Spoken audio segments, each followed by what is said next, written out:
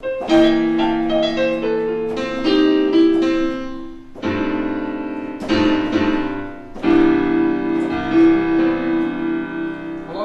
welcome to Oswin Music. Hi guys, it's John. Lesson 8 of music theory. No, I haven't been taking crazy pills. I know it looks like I have, but remember these things, these useful memory aids, using pictures to memorise abstract glyphs, which we call letters, which we have a problem with because we think in pictures.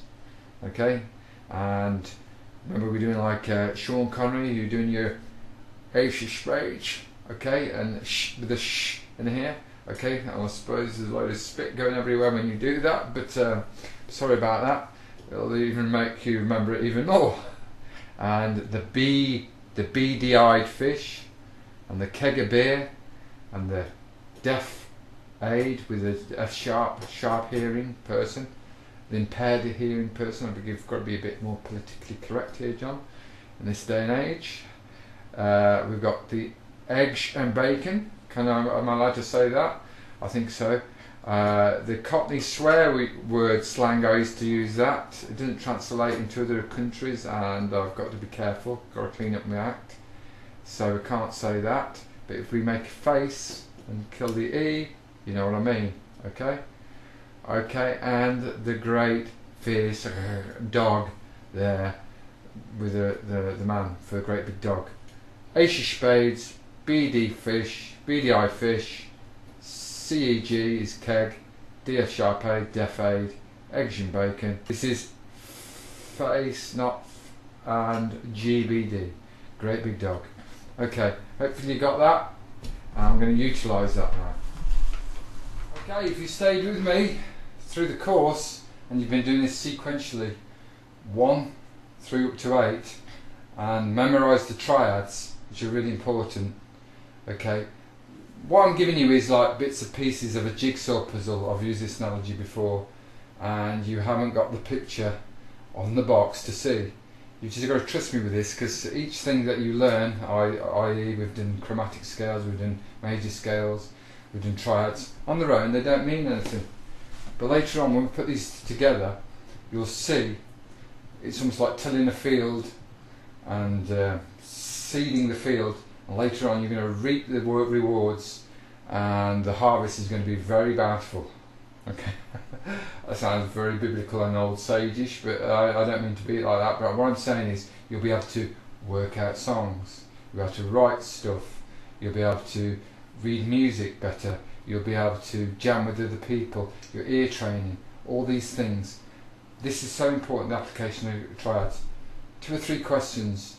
How many notes are there in music? I'll give you 1, 2, 12. 12 notes in music. How many chords, major chords, are there in music? 12. How many minor chords in music? 12. Do you get the picture? There's 12 of everything. How many major keys and so forth? 12. There's 12 of everything. No more, no less. Once you understand the boundary lines to a system of music, it makes it much more easy to understand. It seems like a limitless universe, but when you've got the boundary lines of the music theory, it makes things much more understandable and accessible, and you can be creative within those boundary lines to give the appearance of being limitless. And you can be able to play a variety of styles, transfer your skills to other instruments. I'm not a keyboard player by any stretch, but what I know about musical theory I can translate onto other instruments, just dabble with. So, you know, we can do all these things. Anyway, here we go. We've learnt keg, great big dog, deaf aid, ace of spades, old Sean getting in there, and with his eggs and bacon as well, and the beady-eyed fish, pack, oh, and face.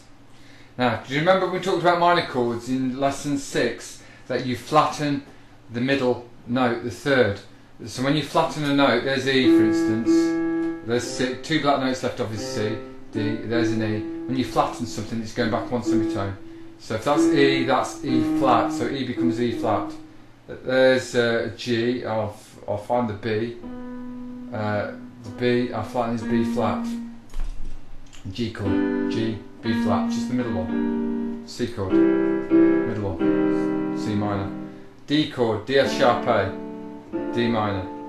A chord. A C sharp E. Ace. I'm flying by a bit. We've done this in the last lesson 6. E G sharp B. E G B.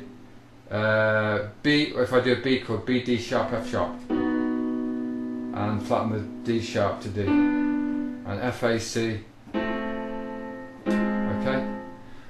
I said there's a 12 major chords and 12 minors, but we've only got what we call the natural chords here, natural triads: C, G, D, A, E, and B and F, which is 1, 2, 3, 4, 5, 6, 7. So we've got 8, 9, 10, 11, 12. We've got 5 missing of each. But I haven't got a picture list for the other ones because you don't really need it. This is where we're going to understand how to work out the notes for the other chords.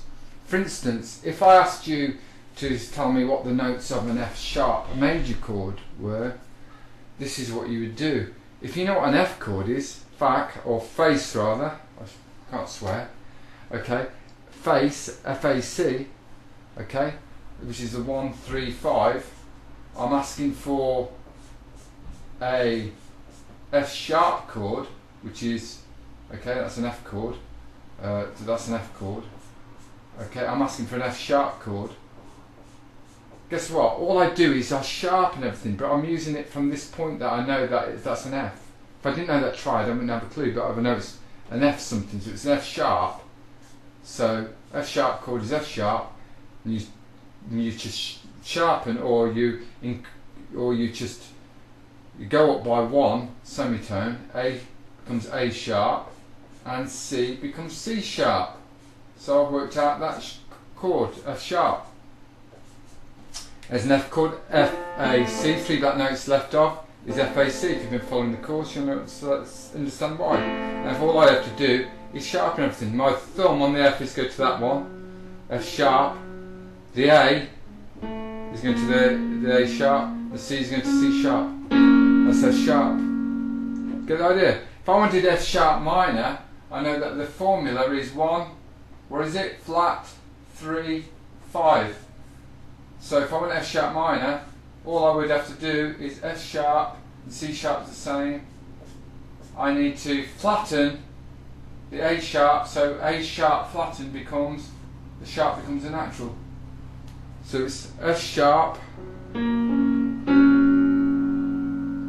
a flatten, there's F sharp minor. You getting the idea? If I ask for a G flat chord, which is exactly the same, I'd think, well, I know what a G chord is, great big dog. So my picture is coming in, GBD. G chord.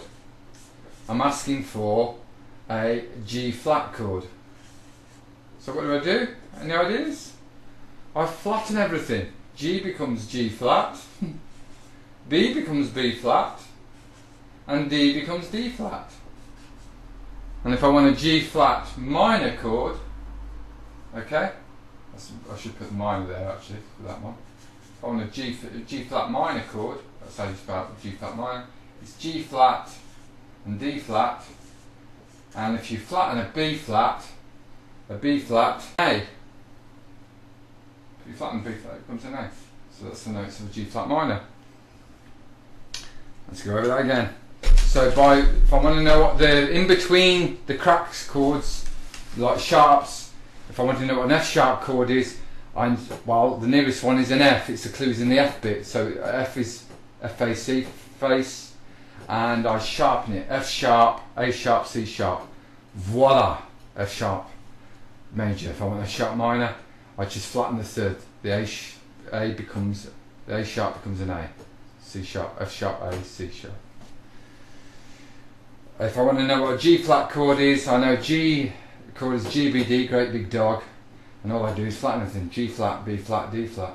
If I want a G flat minor, it's G flat and D flat the same, I just flatten the third. A B flat becomes an A. Okay, that's how you get the in-between chords. That's one application of triads, getting the rest of the chords because there are 12 chords in music, 12 major chords, 12 seventh chords, 12 major scales, 12 pentatonic scales, you name it, anything that requires any different scales, different things, there are 12. There's only one chromatic scale. That's where all the 12 notes that each of these things come from. I hope that's kind of like starting to put some boundary lines and demystify a little bit about this illusion, if you want. It's a bit like I'm letting you in on David Copperfield's and David Blaine's tricks, how he does it all, okay? Like the master musicians, magicians, just like the master magicians, you will become a master musician, okay? Because you'll be let in on these tricks, how to do it all. Stay with me, it's going to get really exciting. I'm going to be doing guitar lessons in between, by the way, if you guys thinking I'm packed up with guitar, I haven't. And we're going to get this, okay? I'll see you soon.